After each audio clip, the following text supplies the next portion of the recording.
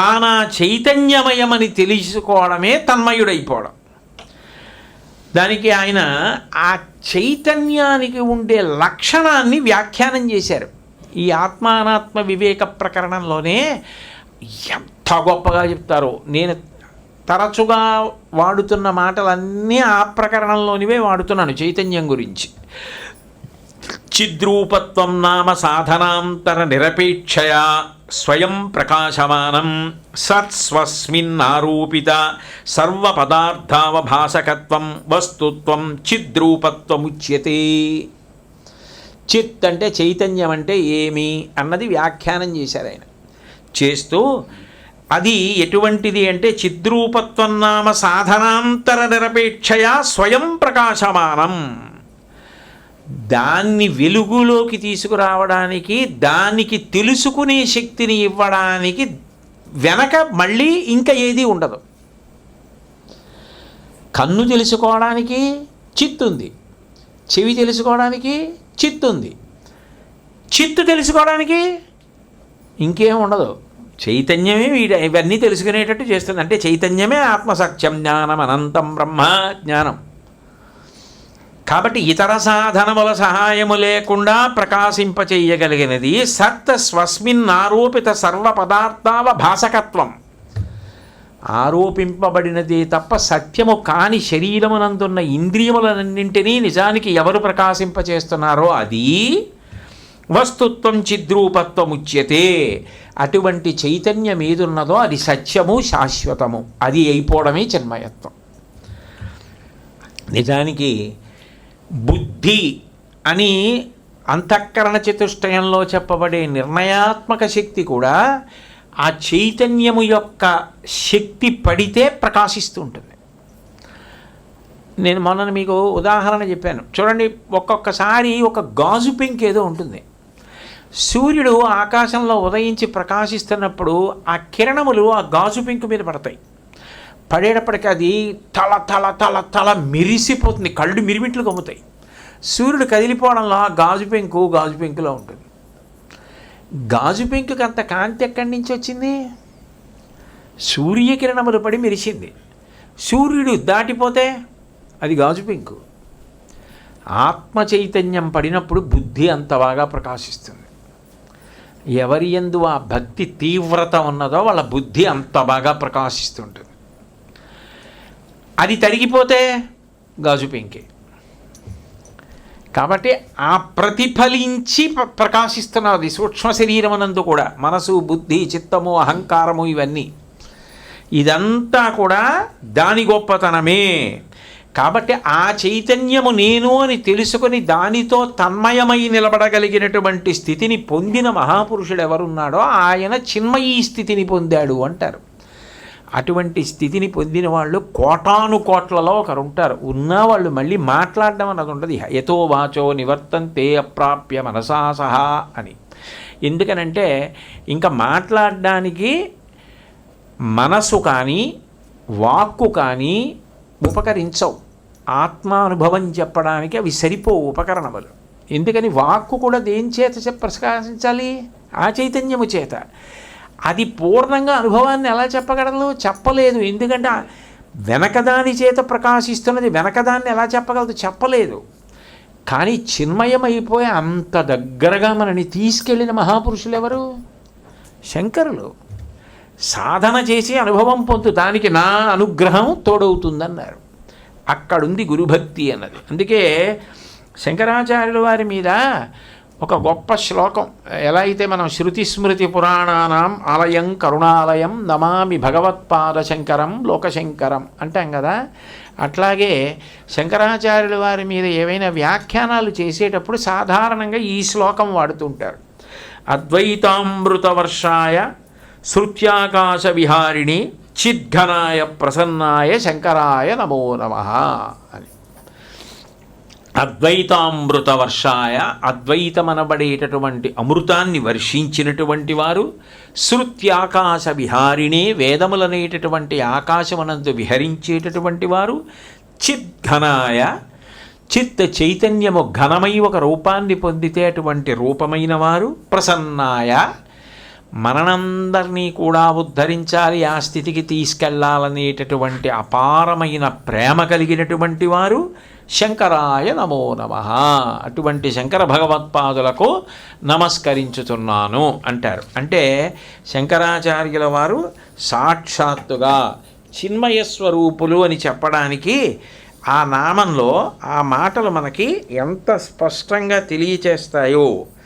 ఆయన మీద చెప్పినటువంటి ప్రార్థనా శ్లోకం ఆయన విషయంలో ఎంత సత్యమై ఉంటుందో, ఆయన యొక్క చైతన్య స్వరూపాన్ని, చ్యుతిలేని ఆత్మానందాన్ని, సత్యాత్మ వస్తువుగా ఆయన నిలబడిన తీరుని వర్ణిస్తోందో చెప్తుంది.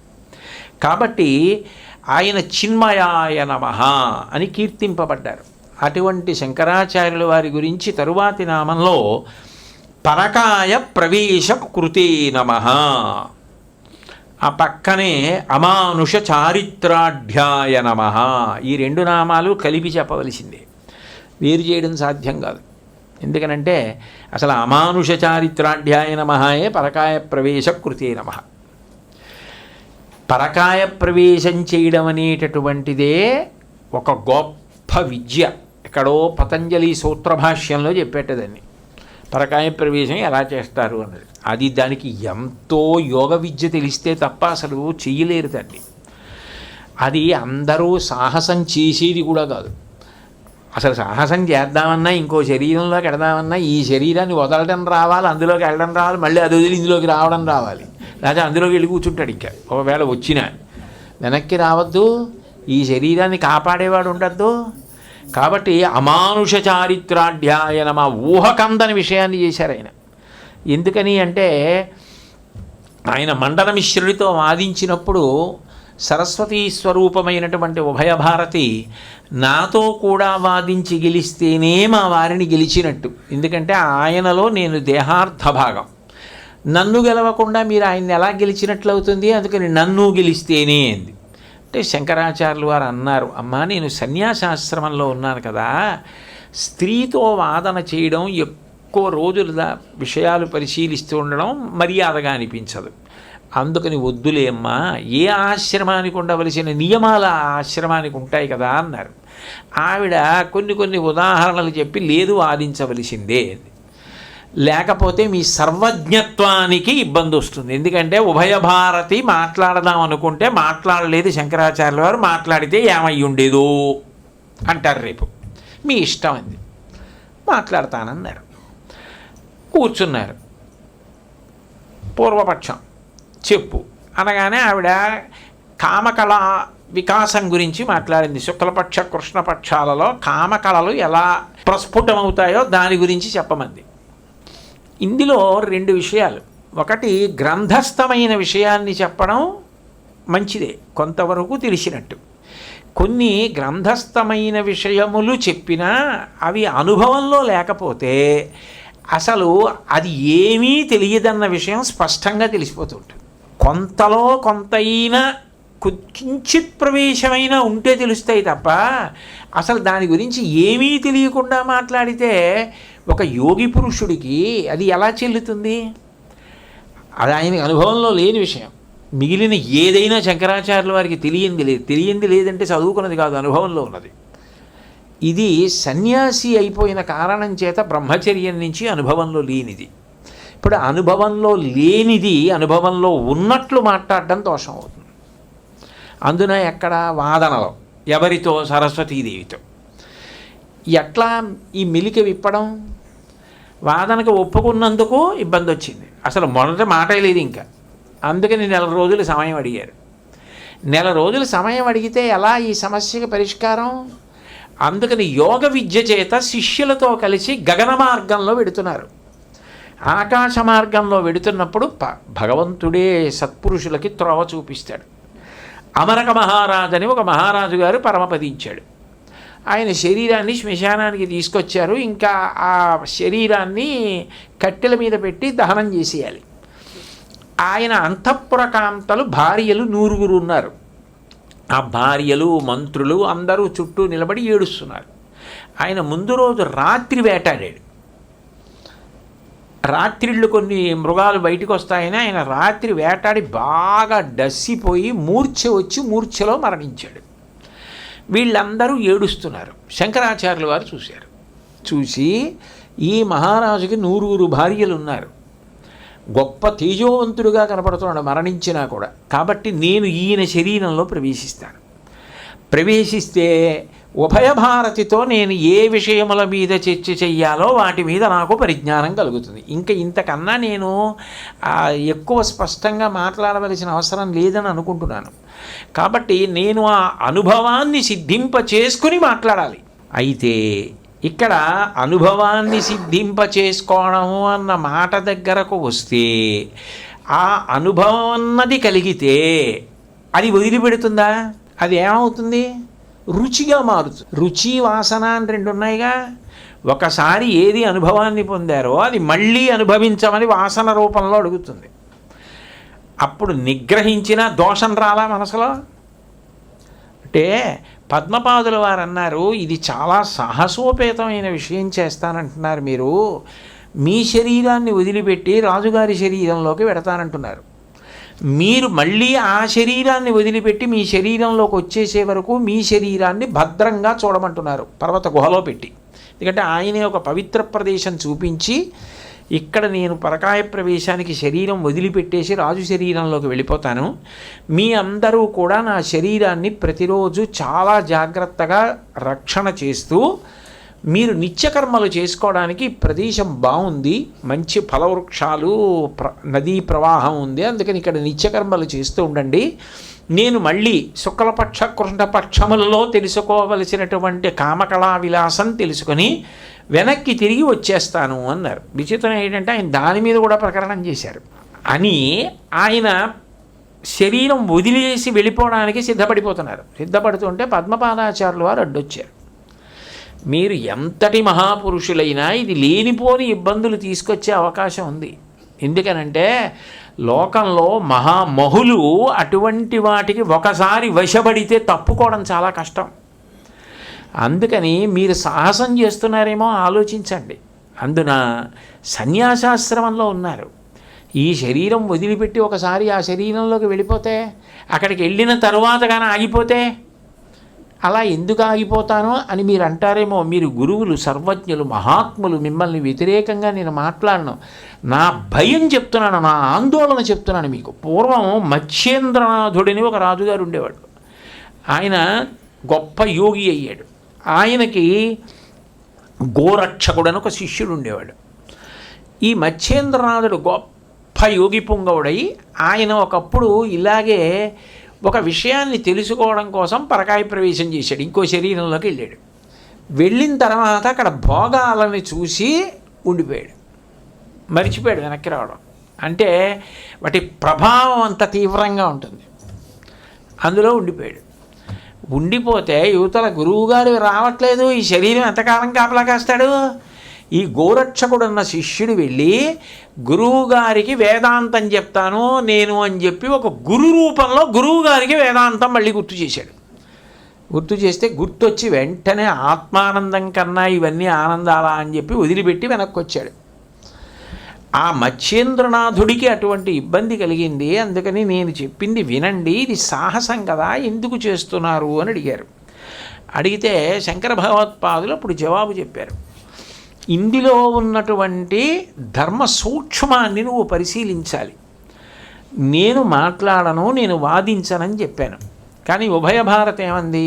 నేను నా భర్త శరీరంలో సగభాగము అంది. అది శాస్త్రం అంగీకరించిన విషయం.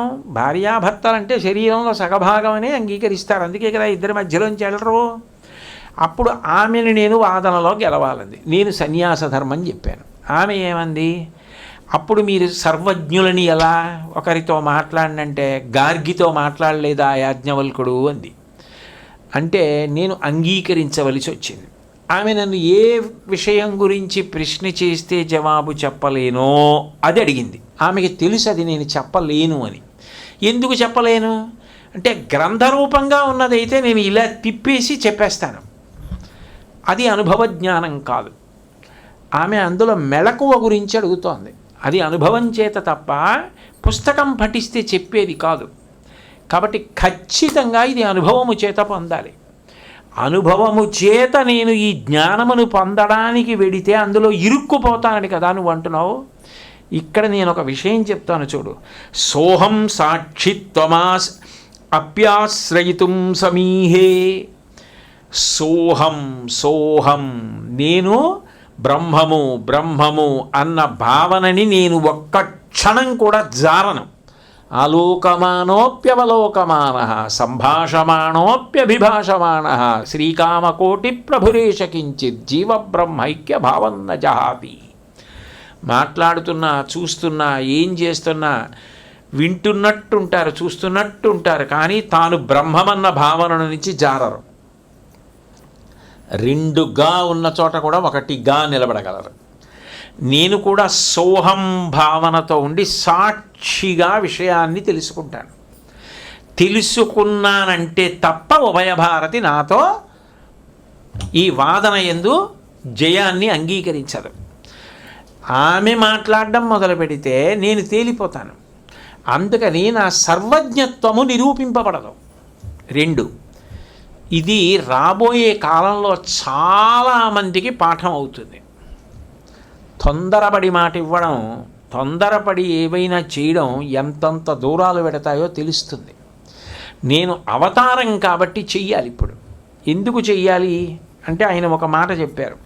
సంకల్పయేవా కిల కామమూలం సయేవ మే నాస్తి సమస్య విష్ణో తన్మూల నౌ భవపాశనాశ కర్తుః సదా స్యాద్భవదోష దృష్టే. ఓ పద్మపాదుడా, నువ్వు భయపడుతున్నది ఏమిటి? నేను వెళ్ళి అక్కడ ఉండిపోతానేమో అంతఃపురంలో అనుకుంటున్నావు. సంకల్పము అన్న బీజం ఉంటే దాంట్లోంచి అంకురం వస్తుంది, మొక్క వస్తుంది, చెట్టు వస్తుంది, కాయలు వస్తాయి, పళ్ళు వస్తాయి, ఊంచుకుంటుంది. నాకు అసలు సంకల్పం ఇది, నాకు అసలు నేను అట్లాంటి అనుభవాలు పొందుదామని కానీ, ఆ శాస్త్రం తెలుసుకుందామని కానీ, అంతఃపురాలకు ఎడదామని కానీ, స్త్రీ సౌఖ్యం పొందుదామని కానీ నాకు సంకల్పం ఉందా? నాకు అసలు ఆ సంకల్పం లేదు. సంకల్పం లేని చోట చెట్టు ఎందుకు వస్తుంది? ఇప్పుడు నాకు ఒక అవసరం ఏర్పడిందంటే నేను ఆ జ్ఞానమును తెలుసుకోవాలి, దానిని ఒక పరిజ్ఞానముగా తెలుసుకోవాలంతే. అది ప్రకృతిలో అవి ఎట్లా వస్తాయన్నది తెలుసుకోవాలి నేను, అంతే, అంతవరకే. దానికి నా సోహం భావన నుండి నేను జారకుండా అట్లాగే ఉంటాను. ఉండి అనుభవ జ్ఞానమును పొంది ఉభయభారతి దగ్గరికి వెడతాను. శరీరము కళంకితము కాకూడదు. సన్యాసి శరీరం సన్యాసి శరీరంగా పవిత్రంగా ఉండాలి. అందుకని ఈ శరీరంతో అది తెలుసుకోవడానికి అవకాశం లేదు. అందుకని వదిలిపెట్టేస్తాను. వేరు శరీరంలో ప్రవేశించి పెడతాను. అప్పుడు నేర్చుకోవడానికి ఉపాధి తీసుకున్నాను. అయితే మీరు ఎంతైనా కూడా మరి సన్యాసాశ్రమంలో ఉండి నేర్చుకోవడానికి అలా ఇంకో శరీరంలోకి వెళ్ళొచ్చా? శరీరమా జీవుడా అంటావేమో. జన్మకర్మచమే దివ్యం. నేను అవతార పురుషుణ్ణి, శివుణ్ణి, శంకరాచార్యులు వారిగా వచ్చా. కాబట్టి నువ్వు ఆలోచించు. సయేవ మే నాస్తి సమస్య విష్ణోహో. కృష్ణుడు 16,000 మంది గోపికల్ని చేపట్టాడు అంటే ఆయన కామాతురుడా? ఆయన సామాన్యమైన పిల్లవాళ్లే అందరితో కలిసి ఆడాడు, గోవర్ధనోద్ధరణము చేశాడు. కృష్ణ పరమాత్మ యొక్క అతిమానుష చేష్టితములు కూడా లీలలుగా ఆయన అవతారంలో ఎట్లా అన్వయమో, నా అవతారంలో కూడా నా సర్వజ్ఞత్వమునకు నేను ఇలా చెయ్యగలిగాను అతిమానుష చేష్టితము అని నిరూపణం చేయాలనుకుంది సరస్వతీదేవి. అందుకొచ్చింది ఈ పరిస్థితి. కాబట్టి ఇప్పటి వరకు నేను నరుడిగానే కనపడుతున్నాను. నేను అవతారంగా తెలియాలన్నది సరస్వతీదేవి కోరిక. అందుకు పెట్టింది మిష, తప్పించి నన్ను అవమానించాలని కాదు. ఇప్పుడు నేను అవతారముగానే ప్రవర్తిస్తాను. కృష్ణుడికి ఏ దోషం వచ్చిందయా? కృష్ణుడికి దోషం వస్తుందా? అది ఆనంద బ్రహ్మము. నేను కూడా అంతే, సోహం బ్రహ్మముగానే ఉంటాను. శివోహం శివోహం శివుడిగానే ఉంటాను. కాబట్టి నాకు ఏ దోషం అంటదు, అంటకుండా పెడతాను నేను. కాబట్టి తన్మూల నౌ భవ పాశనాశ. సంకల్పం ఉంటే కదా పాశం పడేది. అప్పుడు కదా పాశం పడి లాగి అనుబంధం ఏర్పడి కట్టేసి గట్టిగా వాసనాబలంగా నిలబడిపోయి జన్మాంతరముల వరకు ఉండిపోయేది ఎప్పుడు? సంకల్పం ఉంటే. అసలు నాకు సంకల్పం ఏదయ్యా? సంకల్పమే లేదు. కాబట్టి నిరంతరం అవిద్య వలన కలిగేటటువంటి దోషములను పరిశీలనం చేయడం, బోధ చేయడం నా గురువుగా నా అవతారానికి ప్రధాన ప్రయోజనం. దానికి దీనికి సంబంధం ఉందా? కానీ సరస్వతీదేవి ప్రయత్నం ఏమిటి? వచ్చినవారు గురువే తప్ప శివుడా అని రేపు ఎవరైనా అంటే, కాదు శివుడే అని చెప్పాలంటే కృష్ణుడు బ్రహ్మము కనుక ఆయన ఏమైనా చెయ్యగలడు. అది మనం చేయలేము. ఆయన చెప్పినట్టు చెయ్యాలి. భగవద్గీతలో ఆయన చెప్పినట్టు చెయ్యాలి తప్ప ఆయనలా 16,000 మంది గోపికల్ని కట్టుకుంటామన్న మాటలు అన్వయాలు కావు. అయితే నువ్వు గోవర్ధనోద్ధరణం చేయి అన్న మాట ఎలా వస్తుందో, నన్ను కూడా సాక్షాత్ అవతార పురుషుడిగా లోకానికి చెప్పాలనుకుంటోంది ఆవిడ. శంకరులంటే ఎవరనుకుంటున్నావు? ఈశాన సర్వ విద్యానాం సకల విద్యాస్వరూపమైనటువంటి శివుడని చెప్పాలనుకుంటోంది అన్నది శంకర హృదయం. కాబట్టి నాకు ఏ విధమైనటువంటి అవిద్యాదోషం లేదు. నువ్వు బెంగపెట్టుకోక్కర్లేదు. నాది అవతారం కాబట్టి నాకు విధి నిషేధములు అంటాం. జ్ఞానికి భగవదవతారానికి జన్మకర్మచమే దివ్యం ఏవం యో వేత్తి తత్వతః త్యక్త్వా దేహం పునర్జన్మనైతి మామీతి సోర్జున. భగవంతుడికి కర్మ ఎక్కడుంటుంది? ఇదే చెయ్యాలి, ఇది చేయకూడదు. విధి నిషేధం భగవంతుడికి అన్వయం అవ్వదు. మనం కర్మపాశముల చేత కట్టపడ్డాం కాబట్టి మనని మనం సంస్కరించుకోవడానికి విధి నిషేధాలు. భగవంతుడికి అన్వయం ఎలా అవుతుంది?